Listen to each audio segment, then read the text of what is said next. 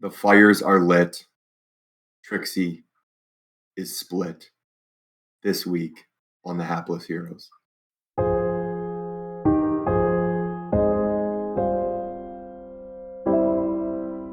Oh, there will never be anyone like her!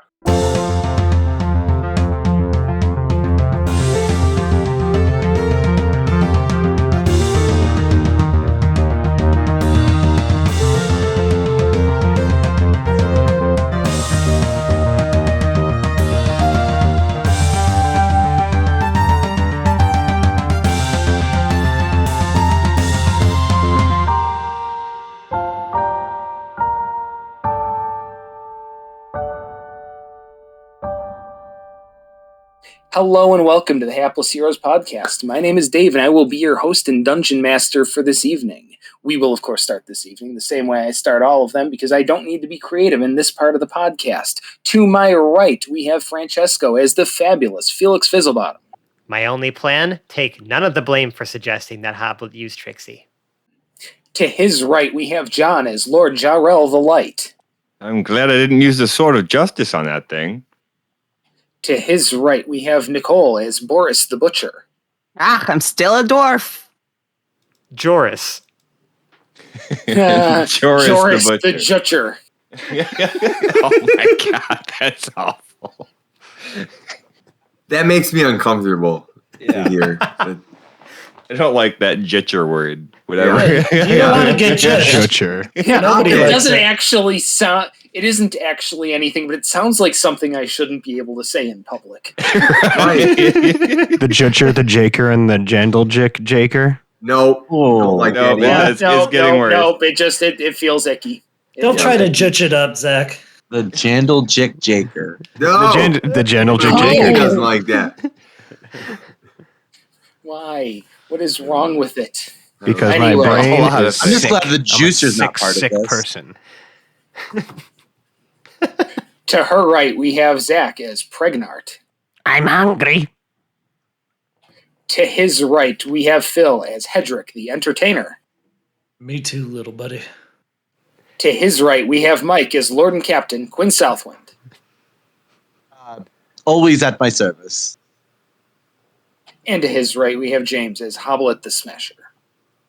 Good evening, friendos. And we left off last time with something of a, well, it was a thing. And it happened.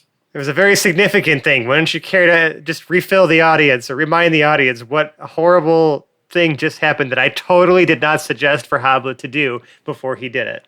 Yeah, so Trixie became Thrixie. Ugh. It split So in I've been- twain. I've been done taking the time since we all last spoke to really think about how I would react right now, how Hoblet would react. And he's a little... So Felix, you're straight, man. We're good. You're fine. Wasn't your fault. Magic happens. I feel like I wouldn't be mad at Felix. Okay, that's good. Even though I like to be mad at Felix, it would be a stretch. To say this is my fault? That's great. Right. Felix didn't swing the hammer. I did not. So I really feel like he would be a little bit broken. Like Trixie and I have been through so much together that if everyone's all right with it, It is literally the only weapon you've ever had the entire Right. time you've played this character. In fact, you've been given other magical weapons and you've just been like, nah, fuck that, I don't want this, and continue yeah, I to don't. use. Yeah, I feel like Yeah, this is yeah. a moment of like a Trixie Hoblet montage flashback. Right. I mean, all the he's- things Hoblet's Of killed all the with moments, Trixie. right? Of all the major by moments. myself. and that's like that's be. really where keep going. I like it. All by myself. myself. I'm just gonna pick the pieces up and just kind of walk over to the corner and just like stand there. Like I'm just Wait, like facing I'm into just- the corner? no, but not necessarily facing anything. Like whatever, like just like he's broken. He's literally Hoblet never had a wife, don't got no kids. He is broken. Right He now. just had this killing machine No hammer. that he knows about, right? But Patrick will Legitimately. try to lighten the mood with a little music. Sure. Da-da-da-da, da-da-da-da, da-da-da-da, da-da-da-da, do-do-do-do-do-do-do-do-do-do. All right, for those who don't know the name of that song, it's Pick Up the Pieces. oh my god. Your average white band. Just A by an average, single pretty average. white band. solitary tear rolls down his cheek. I feel like we're all kind of standing there a bit stunned because I certainly don't know what to say. No. Yeah, I mean, Trixie's been there for a lot of us. Trixie's helped us all out. Pregnart goes over and tries to give Hoblet a little hug. I'm in no position to resist anything, but I'm reciprocating nothing. I'm just standing there. Shattered.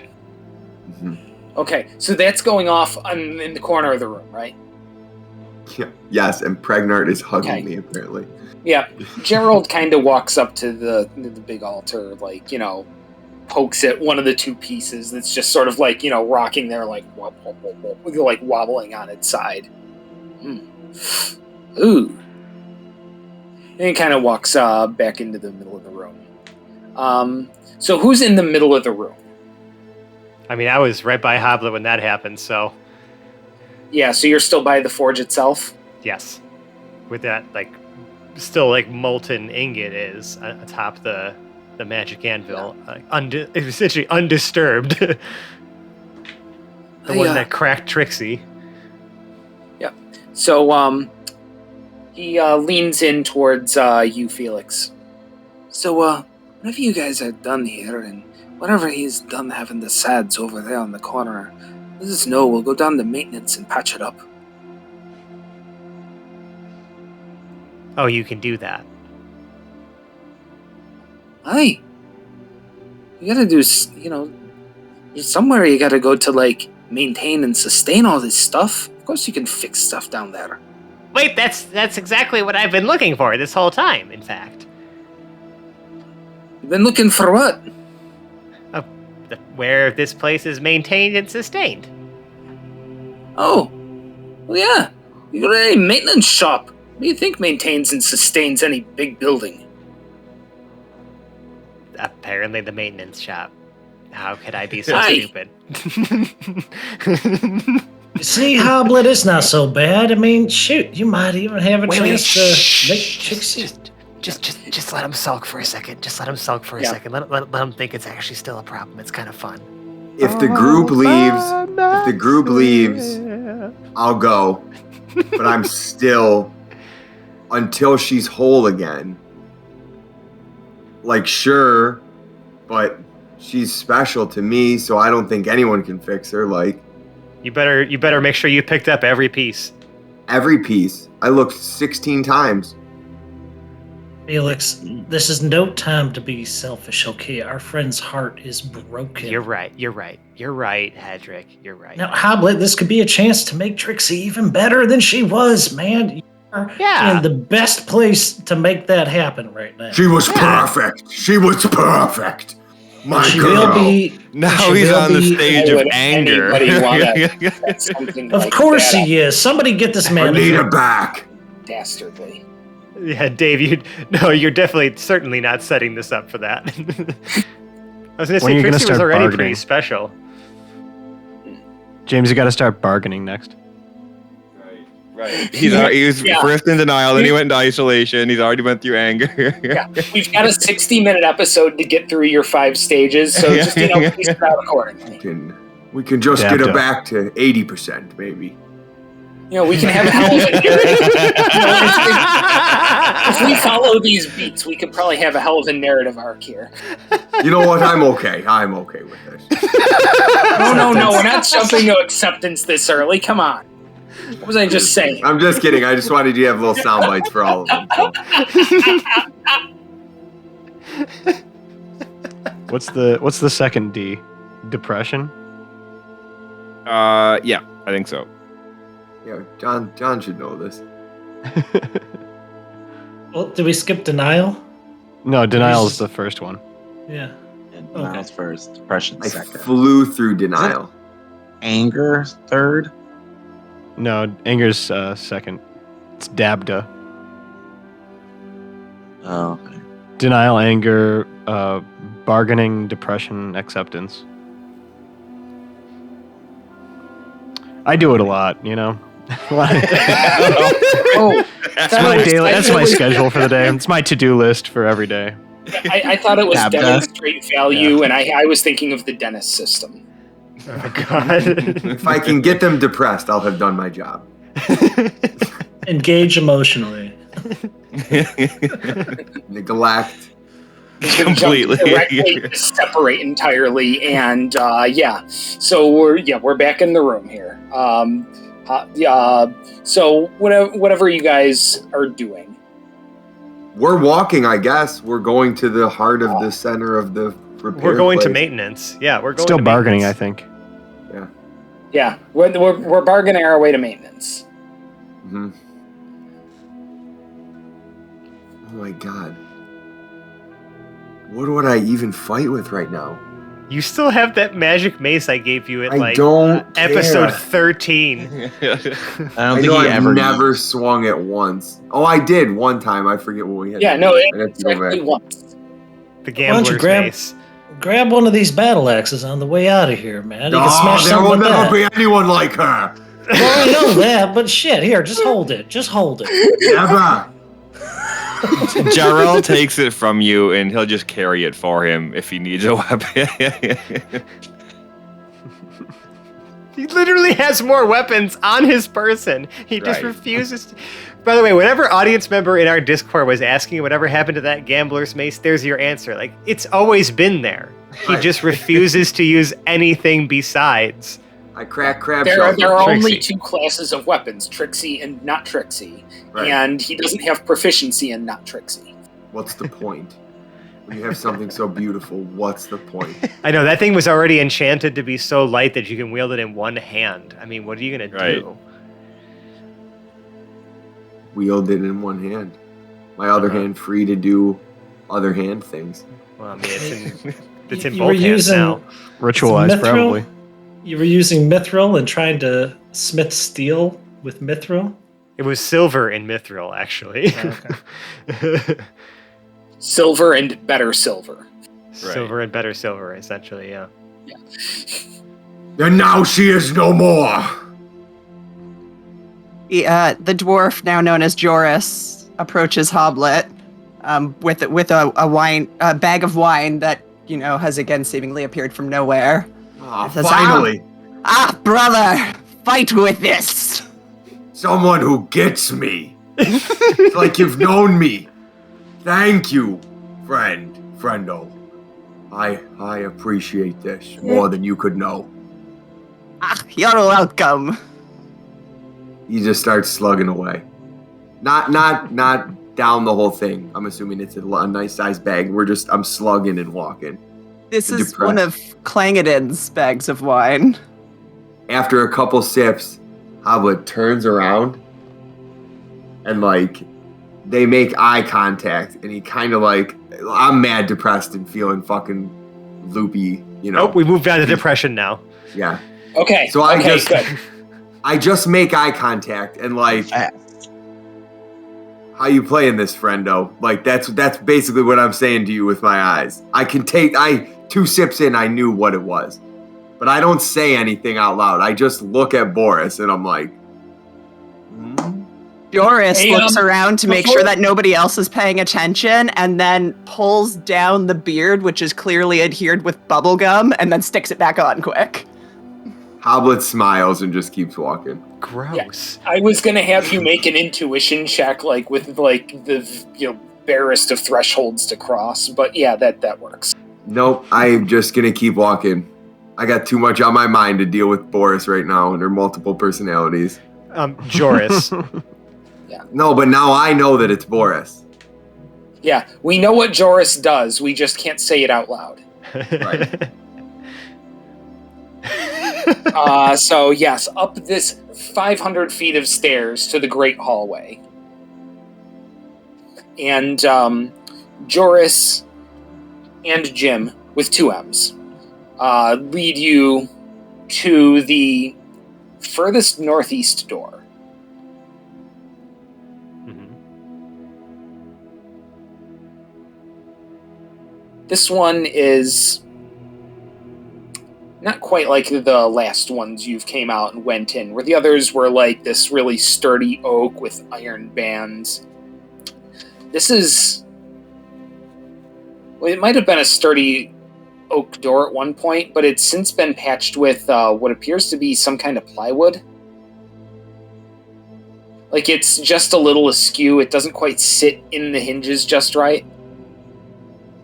Like, the kind of care normally reserved for other parts of this building definitely doesn't seem to apply here.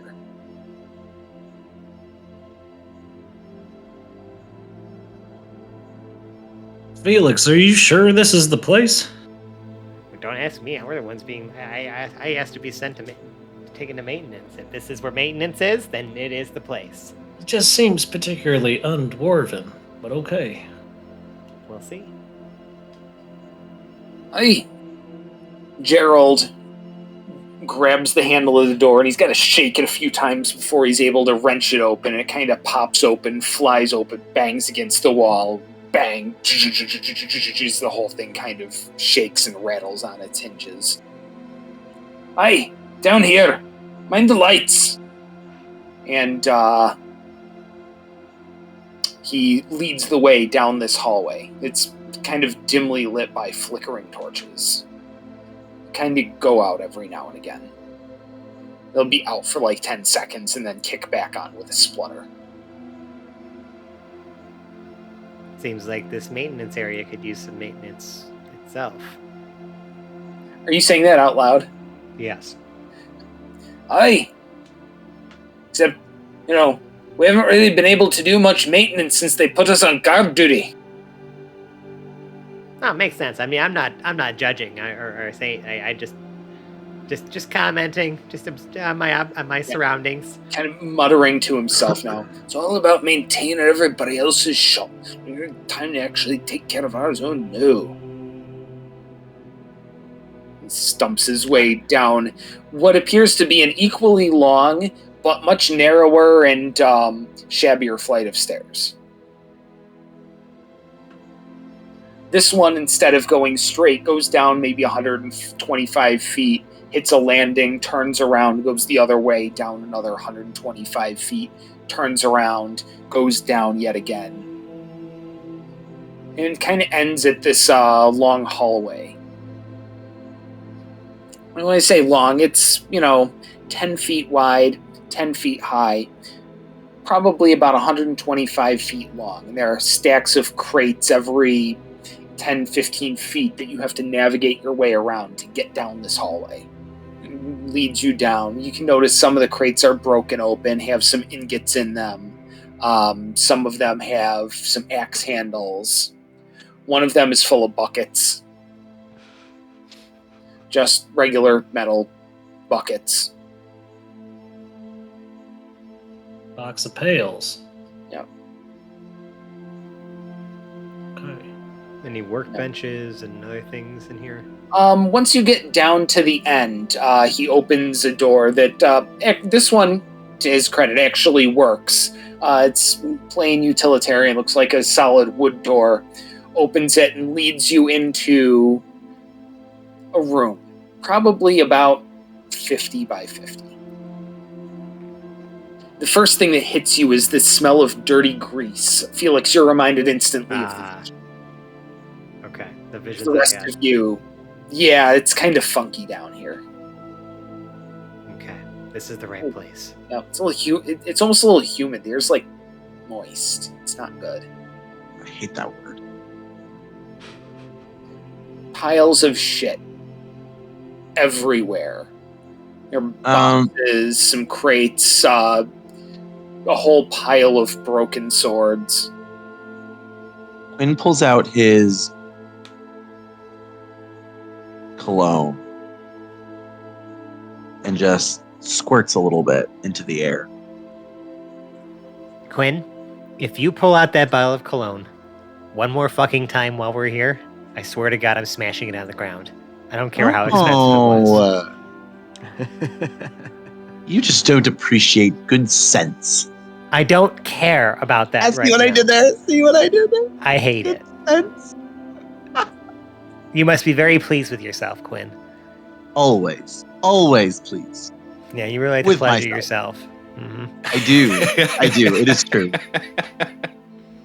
The smell lingers in the air for a good 15-20 seconds before the liquid kind of, just sort of settles and, condenses and falls, leaving that kind of funky, greasy smell still in the air. So I'm going to look at Jarrell and just be like, yeah, this is definitely the place. This is exactly what I feel like I experienced, like, in those visions I was having. Well, it doesn't seem like there's much to activate here. How can we possibly bring Zero here, or even an army of people? Well, I'm looking around now. I mean, like, it's a pretty mundane place, but, like, are there any workshops? Are there even any ruins of, like, maybe, like, what used to be here? There's all kinds of stuff going on in this room. Starting from the door you came in, on the left, there are a few workbenches, what appears to be several clocks and other clockwork devices in various states of disarray and disrepair. As you get over to the left side walls, it looks like there's sort of a storage area here. Several racks full of crates of various sizes, a few boxes, some even made of metal. As you get further up, there's sort of a small little library area. There's a few books, what appear to be mostly binders, technical manuals, an entire rack full of tubes of blueprints. Let's see, on the back wall of the room, there is another workbench, this one with some weapons in repair. At the far end, there's a red door that's sort of battered looking. Kind of grungy, a little greasy. And then over to the right, it looks like there's an area where looks like maybe a small engine maintenance or something like that. It's definitely where the grease smell is emanating from. There's a lot of blackened metals over there. Some drums of possibly some kind of lubricants or petroleum items or something, who knows. The rest of the room is similarly cluttered and full of crap. There's definitely noises in the air, some dripping going on in what appears to be the back right corner from where you are. Some of the clocks are ticking over on that clockwork bench. Otherwise, the room just sort of looks like a place where things are fixed and some things are stored, and occasionally the guys who work here even have lunch. Jarrell will walk over to the table with the weapons on it and say, is this where we're supposed to fix Trixie? And then he will look at the red door is close to that. Yeah. He'll kind of open that door to see if there's anything else. None of this seems useful to him. The door, you can't open it. For one, it has no mechanism by which you can grab to open it. And two, there's no mechanism by which you can grab to open it. We'll start with that. Okay, so no pushing on it would work. Pushing on it yields no results. It Right. is pretty pretty solid that way.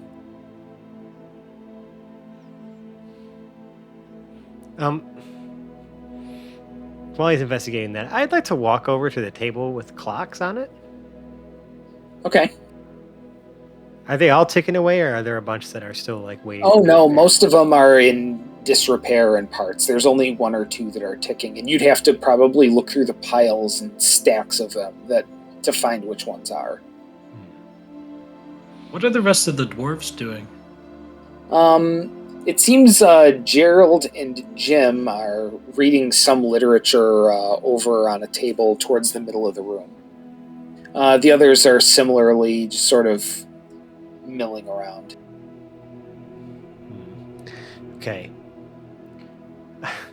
I have real quick before I go further on my crazy line of thinking here. I'm going to flip down my magic detection goggles. Are any of the clocks magical in any way? They are all magical to Okay. one form or another.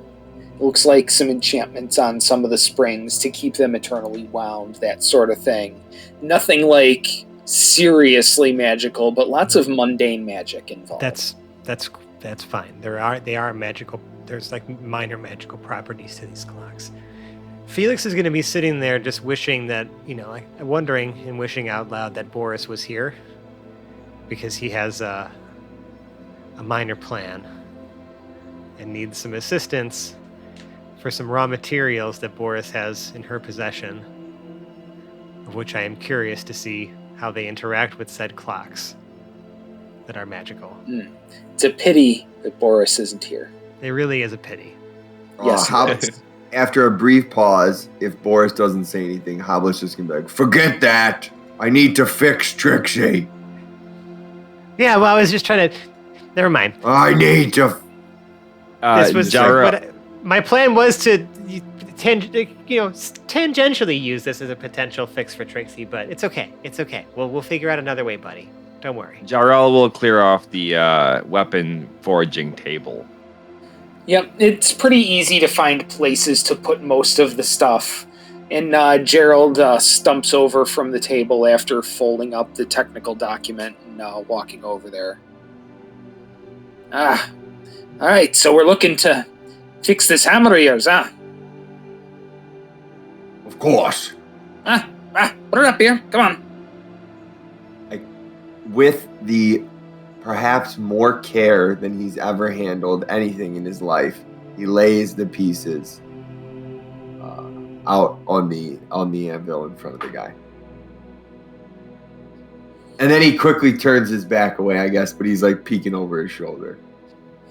All right, what do we need? Be gentle. She's a special lady. She is, so this is a specialized tool. For sure. So what do you prefer to use this tool as? If there are things in the world that I don't really care for, that's my tool for smashing them. Elemental. Exactly. It's such a fucking stupid way to describe it. There are things in the world that I do not care for. Man, beast, doesn't matter. Things, anything. I don't like you, you're getting smashed. They all get smashed. They all get smashed. One way or the other. Mm-hmm. That's what he does best. While everyone else is focused on the table, Joris uses the milling dwarves to mill towards the clock area and just puts a few clocks down armor. Or that's what it would look like.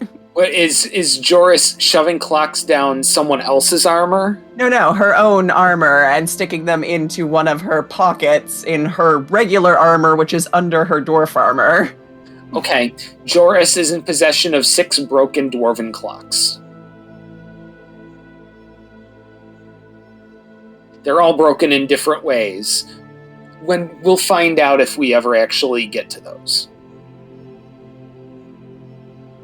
We Just another definitely, mystery mousecatool to have laying around, I suppose. next time we do a recap, we have to find out what's in Boris's possession. Get the all whole- the things, She'll yeah. just have to do an inventory read of all the things on her that she's added to her sheet since the last time we spoke.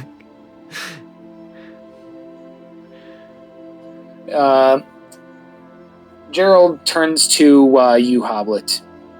Elemental true silver. That's what we're gonna need to glue this whole thing back together. We're also gonna need a really big hammer. Can I pull out the gambler's mace? Is that big enough, or is that not?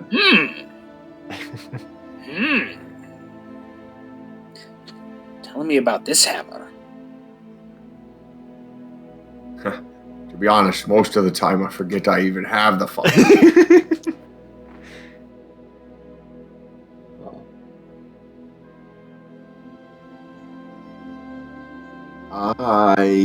This sheet doesn't have the specifics of it written down. It's something like, it depends on what I roll, depends on the damage. Like the type of damage it is? No, like if... Shit. It was like if I roll an odd number to hit, I deal half damage, but if I roll it an even number, it deals double damage or it's like something when you declare an attack with this gambler's mace, you roll a d12, and so before you roll to attack, you roll a d12. If it's odd, you roll a disadvantage. If it's even, you roll an advantage. That's what it was.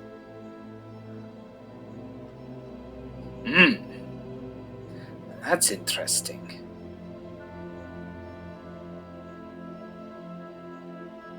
You couldn't take it if it means I'll get my Trixie back.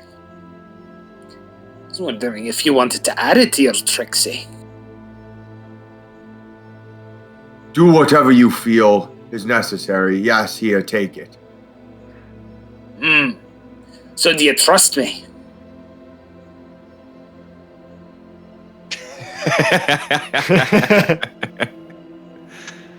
Who is this asking? This is Gerald. Gerald or Jarald? Or Jarl. Aye. Jarl. Gerald.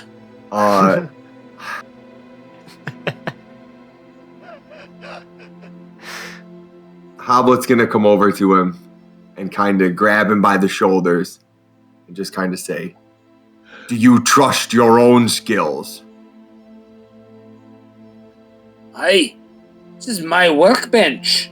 Then I trust you. Do your best.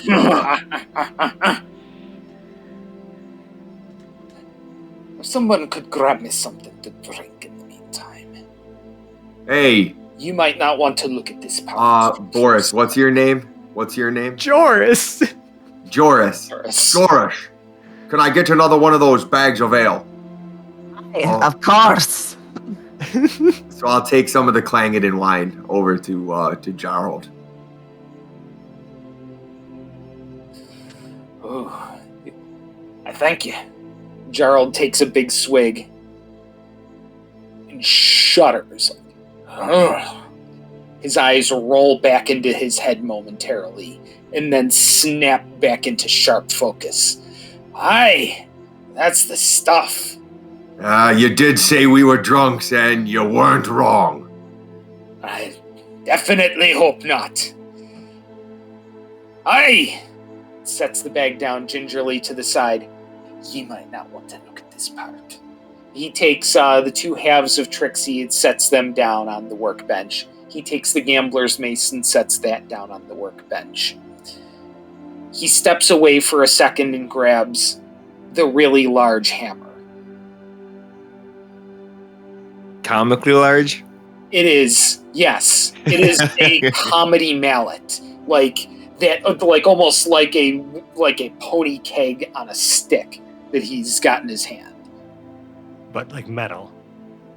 Yeah. Is it like spray painted with like a caution yellow. It says BAM along the side of it. Yes, but the paint is chipped and fading badly.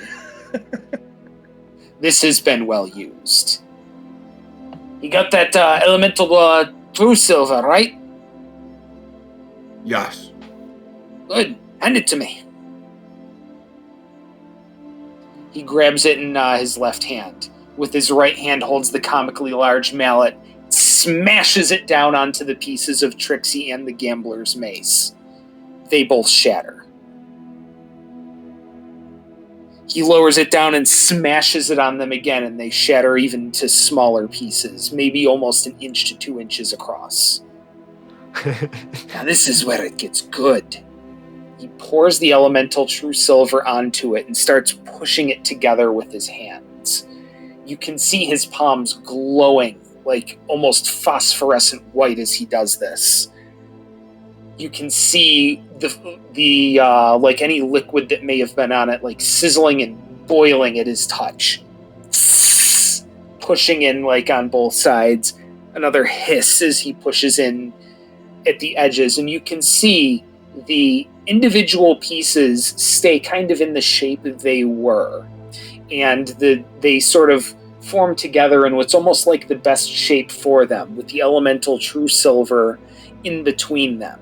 And if you've ever seen kintsugi, the Japanese art of like putting together like broken ceramics with gold, like if you look that up, that's what this looks like, with the true silver like almost as like a spider web of veins in between the black pieces of the gambler's mace and silver of Trixie, and forming it into a slightly larger head of a hammer, and then forging that onto the shaft that Trixie was previously on.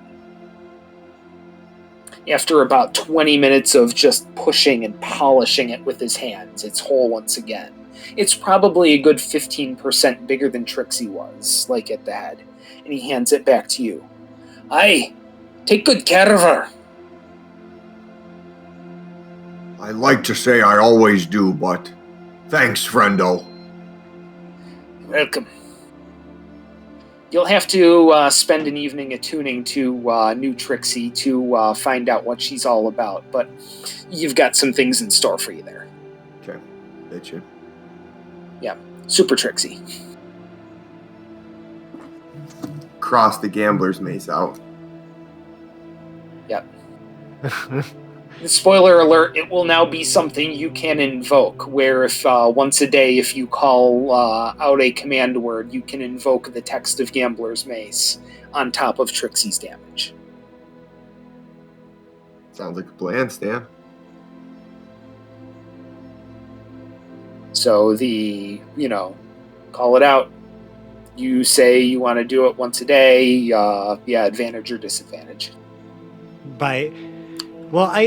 So the powers of that mace were not like a once a day thing. They were just like you can choose to do this when you attack, right? Because the fact that you're always gambling, whether it's going to be advantage or disadvantage, you know what I mean? Okay, all right. Oh, so that was, you could choose to do it. It wasn't always on. It wasn't always on. It's like when you declare an attack, you can choose to roll the d12, and if you do, odds, disadvantage, evens, advantage. All right, then that'll be what it is. I thought it was an always-on effect, and since the Gambler's Mace was used 0 times in the last 200 sessions or so, right? Give it a chance to be impactful or be horrendous. You know what I mean? You never know. You're literally, because again, it's right. It's not a superstar mace. It's a roll of the dice mace. before. Exactly. Yeah, and the other part is just going to be +3 is the standard now. +3. Look, end game, folks. Yeah. We're fighting gods. +3 is the standard. +3 it is. How do I get a Rod of the Pact Keeper +3 now? Give me a spell save DC of 21. Because that'd be sweet. Yeah. We'll get there when we get there. No, it's fine. Not that the action isn't going to be escalating at a similar pace, but look, the action needs to be escalating here. All right, so anyway, back to the scene. So Trixie has been reforged, and there needs to be an evening of attunement. Attunement. Yeah. But in the meantime, in between time, Let's see, there was Jarrell, who up until now had no luck with the red door. Is there anything else you're doing to this door, Jarrell? No, not really. Okay, not really, doing anything close to it or anything. Okay.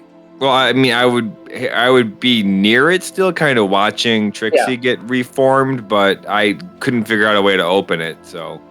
Okay. Anyhow. I say, Jarrell is like struggling to open this door. I'd like to help him out.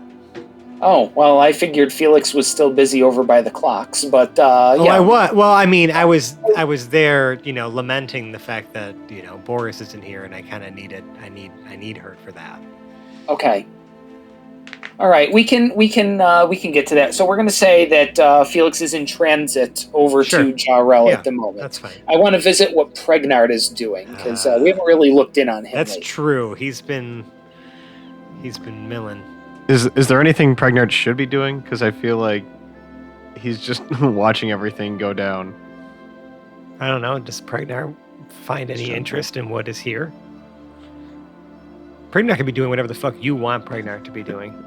I don't know if they're actually going to stop. Like, this if is a you crazy don't, storm. if you don't want to be doing anything right now, that's fine. I just want to make sure that no characters are overlooked. Oh no, I think he's kind of just taking a backseat to the goings on of this one. Okay, no, that's cool and understandable. Hedrick, do you have anything going on right now? He's probably just playing to the dwarves. I mean, if nothing else, he's interested in what they're doing. The space that he's in. I mean, this work is going on, and he really just does not want to get in the middle of it. The professionals to stay at work, and he's just playing to the rest of the people in the room. Yeah, so the 13 plus 1 dwarves are sort of milling about. It's kind of weird how it goes. It's like this mini mosh pit of just dwarves just chattering and talking and passing around ale skins and drinking as they do. And it just seems to be moving around the room in a vaguely counterclockwise fashion, taking a few minutes to get around. No one's really understood the phenomenon of counterclockwise dwarf positioning, but it's a real thing, and it happens. And Joris is swept up in it, because, it's just all the rage. So, you guys do this sort of thing all the time? Do what sort of thing? Well, we're putting Trixie back together, and, being guards and all, I just don't know how often you're down here in the maintenance room. Yeah, the rest of us, not so much. Gerald and Jim were down here for generations, being grouchy old dwarves, because that's what they do, I suppose.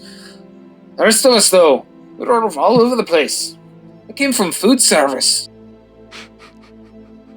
Well, because, originally, we're trying to get one of our comrades back up here to help out. He's a rather special feller, with all parties involved being quite interested. And we need to protect this place. For some reason, we were drawn down here. Now you say it. Is he, hot or something? I guess. You might think so. I'm not a dwarf, I'm not sure. It's each their own, you know what I mean? I suppose so. Anyway, fixing things, we do that all the time. Of course we fix broken things down here. What the people who fix broken things down here fix broken things down here. Like I said, I served slop. Or did. I didn't even do that. Just guard the place. But you also obviously have a passion for crafting with this whole workbench situation you got going here. This is not my workbench situation. I'm just part of the milling dwarves. You're not talking. This isn't Gerald. This is one of the 13 plus My 1. bad. My bad. Well, remember when we all held hands there? I'm just saying there might be a reason why we were brought to this place. We're all connected. We're all in this together. Yeah. Shut up, hippie. All in this together. Hey, you're not the bard that sings. He can sing if he wants. Shut up, Felix. All the reason why I used High School Musical. I had "We're All Connected" and I had a New York telephone jingle in my head because I'm from before the internet. Well, we are the world right now. Okay. Yes, and We are the people? You are slowly orbiting around the room still, mostly just sort of BSing and, chattering with each other. Okay. Well, yeah, any sort of information as to why we would be in this particular place, because it very seems like everything that since we've been here in these celestial realms, everything has happened for a reason. So the point that we're down here in this room, he is along for this ride, but he's trying to soak it all in, stepping on Hoblet's toes or stepping on, anybody else. Why are we here? Good question. Why are we here? Because we are seeking the Great Forge. Listen, we got this. We'll figure this out. It's a really great forge, but just fixing things right now. No, but I think that's exactly the point. I mean, and I'm gonna look metaphorically. Well, he is the god of creation. Right. So wherever he does his creating. I'm gonna look at that red door again. Just stare at it. Okay, so Felix is looking at that red door. Just staring? For now. I'm gonna look around it. Any chains or anything No. hanging nearby it's or pretty solidly against the wall, but the one thing you do notice are some dwarven runes above the door. languages. I can read that. I speak it too. It says in some words above it, once spoken, am broken. Once spoken, am broken.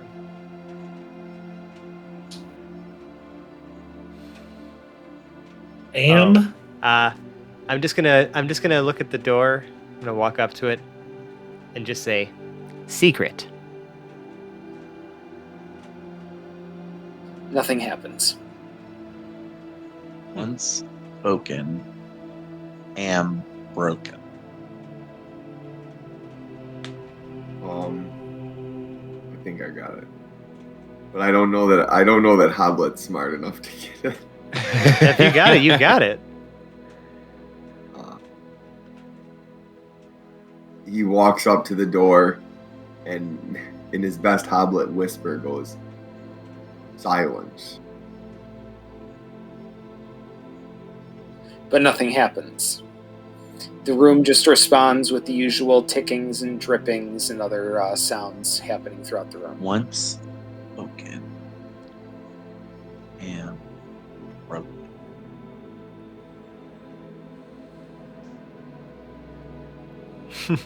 It's gonna be something like Smash. I mean, let's see. If you think about Hoblet's history with doors, it probably has nothing to do with this here, but it could be. It's a checkered history. Once spoken, am broken. I mean, I'm repeating this out loud. Those are really good guesses. Jarl's kind of backing away from the door now. Yep. The it appears to be some sort of oil drop thing continues to make the occasional whoop over on the right wall.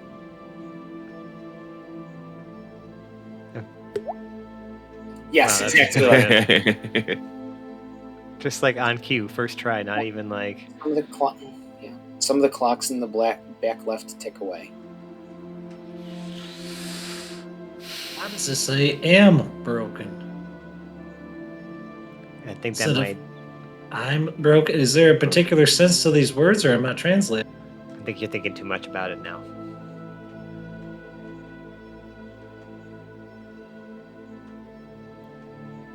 What does everybody think? What do you think about this? These runes on this door. Hey, Jarl! What do you know about that door? You don't go through the red door. Why not? What? It upsets the balance in nature. Why do you say that? Rainforests and stuff. I don't get it. Just don't do it. But like, what if we wanted to? You don't. What if we were told to? You weren't. We were specifically instructed to find this room to bring one of our party members here with us. He actually holds the soul of Moradin inside of him. You were instructed to find the room that we're not even sure exists in the first place. Oh, we're sure. That ain't it, Sonny. Why are you may being not so be. defensive about this room? Doesn't matter. You can't get it open anyway. No, but like, what if we were to? I don't know. We've never been able to get it open. Okay, that answers the question. What do you need behind there? I'm setting the balance in nature. I'll heed that warning, but currently we'll choose to ignore it. And continue. What if that's the word? I'm not sure that's what heed means. It's almost like the opposite of what he means. I've noted your concern, and choosing not to action upon that at this time.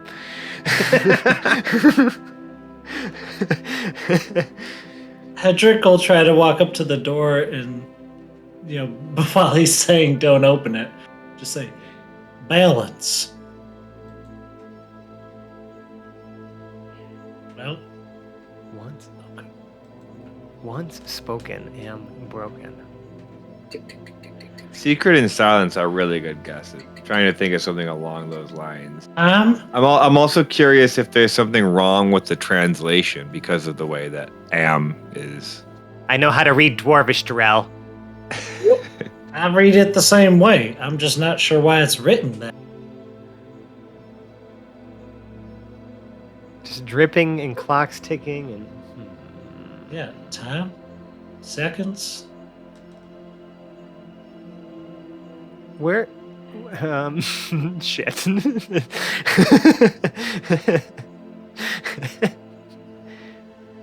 Can I see where that dripping is coming from? Sure. It's over towards the right-hand wall. There's another kind of lab area over there. It has, it looks like a pitch drip experiment, but it's not slow like that. It's, periodically some sort of grease falls out of the bottom and gets almost sucked back up into this top area by a tube. It sort of sits on a swivel thing that you could flip it upside down or side to side, They got a bulb at one end and a beak at the other. Yeah, sure. I'm sure this means nothing, but I'm going to make the observation that this thing is written in broken Dwarvish. Right. That's what I'm noticing too. Yeah.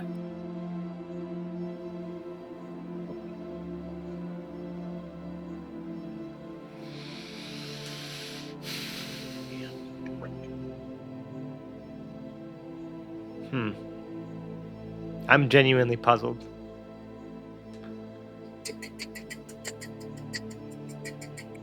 AM is in like the morning? What?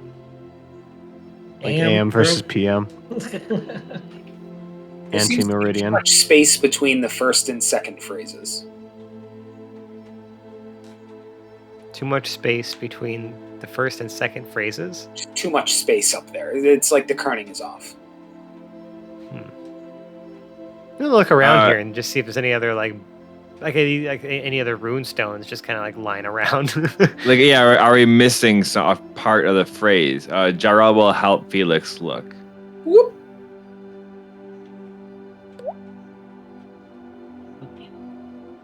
I mean, if you're looking for part of the phrase, just that space in the middle looks like there's sort of a smudge of oil or something in there, like in between the two of them. Oh. Can I use prestidigitation to clean the surface of that? Sure. There's the Dwarven rune for I in the middle. So once spoken, comma, I am broken. I hate you. I was giving an opportunity for someone to investigate, but no one wanted to. I was trying to help Felix investigate, but I can't investigate for shit. That's why I use prestidigitation. But there we go. Once spoken, I am broken. Lock. Whoop. Door. Quiet, peace. I was gonna say quiet. Well, you said silence. I mean, Yeah. Yeah, but even. You got to say it in Dwarvish too, probably. But listen. Like, everybody just stop talking. Everybody stop talking. I tell all the dwarves milling about, everyone like having side conversations, everything like that. I just say, everybody just for a second, stop. Like I want complete silence. White noise of the ticking and the dripping. Pregnart puts a piece of like oh no, he puts his little bag of sand underneath the dripping. All right, you've sufficiently interfered with it. The dripping has stopped. I'm gonna frantically search through the clocks for which ones are still ticking and put those in my bag of holding. then I'll help him. Grab him. It takes a couple of minutes, but you do so. The room is silent. Pregnant farts. Accidentally. Okay, so the I little... feel like the door immediately shuts closed. Yeah, the door starts opening. There's a little... The door stops for a second, waits a few seconds, and then resumes opening. Wait, it does open? Yes, after the room is finally silent. That was well done. I'm just gonna like put the finger to the nose, to give like the shush, without actually shushing anyone, but just like the finger to the nose, and look for other people's acknowledgement. Edric will pinch his nostrils because it stinks. Because I farted. Okay, good. I mean, no one else is talking, so this is good. Mm-hmm. When the door opens, a glowing light comes out like the briefcase in Pulp Fiction. And that's where I want to end this episode tonight. You. Yeah, I know, but it just kind of, it felt right. Or it felt obvious, or it felt like I was being sufficiently horrible. I mean, take a pick. Anyway, if you like us, we can be found on the internet. We're in such places as Reddit/r/Hapless Heroes podcast. If you search on the Book of Faces, we're also there. Look for Hapless Heroes podcast. On Twitter and the Gram at Hapless Heroes will also take you to our socials there. All of those will take you, via some sort of sticky or in our bio or something to the crown jewel of our internet presence, our Discord server, where that's really the place to meet and greet and hang out with and interact with us. We can be found there discussing things that are both D&D and not D&D. Now, if you really also it's football season, so we're talking a bunch of shit in the sports channel too. Because let's go Bills. Yeah. Because Bills. I'm sure if you found your way here, or maybe not, this is very Bills Mafia kind of podcast here. Go Bills. Go Bills. Anyway, I'm the stool pigeon of the Bills Mafia. I just rat on everybody. Ooh. I'm gonna be shivved in Bill's prison. With a Zubaz painted shiv. Tom Brady could break both his legs. Now, if you really like us, you could leave us a 5-star review on the podcast service of your choice. If your podcast service, for whatever reason, doesn't allow you to leave a review or, stars, or you don't like anything about that, you can pop back into that Discord we talked about earlier. We got a channel. It's called 5 Stars. You could leave us a review there. Wherever you do, you leave us a good, honest review so that people looking for a podcast like us can find us. And people who are looking for a podcast that's very much not like us can, maybe not waste their time on something that might not be their speed. But either way, it kind of helps us find the right people. Like you, for example. Now, if you for example, really, really like us, you could donate to our Patreon, patreon.com/haplessheroes. And any of those reward tiers, we have a few different membership levels, and they give different kinds of rewards. You're not in it for the rewards. You're in it to, support us as a podcast, and your support helps us by taking care of our hosting costs and our equipment maintenance costs, and really keeps us going without us having to cut to some sort of, really, flow-breaking mid-roll ad or just ads of any kind. We really want to do that. We want to shout out the people who matter to us. But other than that, try to keep this sort of thing ad-free. And if you like us, right now you like us, a Sally Field and the whole deal. That's right, I said it. Sally Field and the whole deal. I said it twice this week. We'll make up for last week. Train a baby chimpanzee to bake a chocolate cake and give it to its grandmother on her birthday. And also train that baby chimpanzee to also download a podcast, and that'll be an extra birthday treat, and the podcast won't even be ours. It'll be another podcast, and then the grandma chimpanzee will say ooh ooh ooh ah ah, and that translates to what the fuck is this? This is a shitty podcast because it's not Hapless Heroes. And we're brought back around. Guido. That's all I got this week. I got nothing. There's nothing left to do but outro our podcast. Starting from my left is How About the Smasher? We have James. Oh, she's back in my loving arms again. To his left, we have his Lord and Captain Quinn Southwind. We have Mike. Always at my service. To his left, Hedrick the Entertainer, played by Phil. Ragnar saved us with his magical fart. To his left, we have Pregnart, played by Zach. Forget Trixie, my poor bag of sand. To his left, we have Mysterious Joris, played by Nicole. My beard's getting real sticky. To her left, we have Lord Jarrell the Light, played by John. Until next time.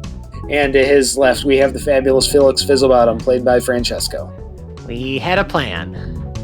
And my name is Dave. I've been your host and Dungeon Master for this evening. We will see you next week. Bye-bye now. Bye. Get out of here. We'll see ya. Bye.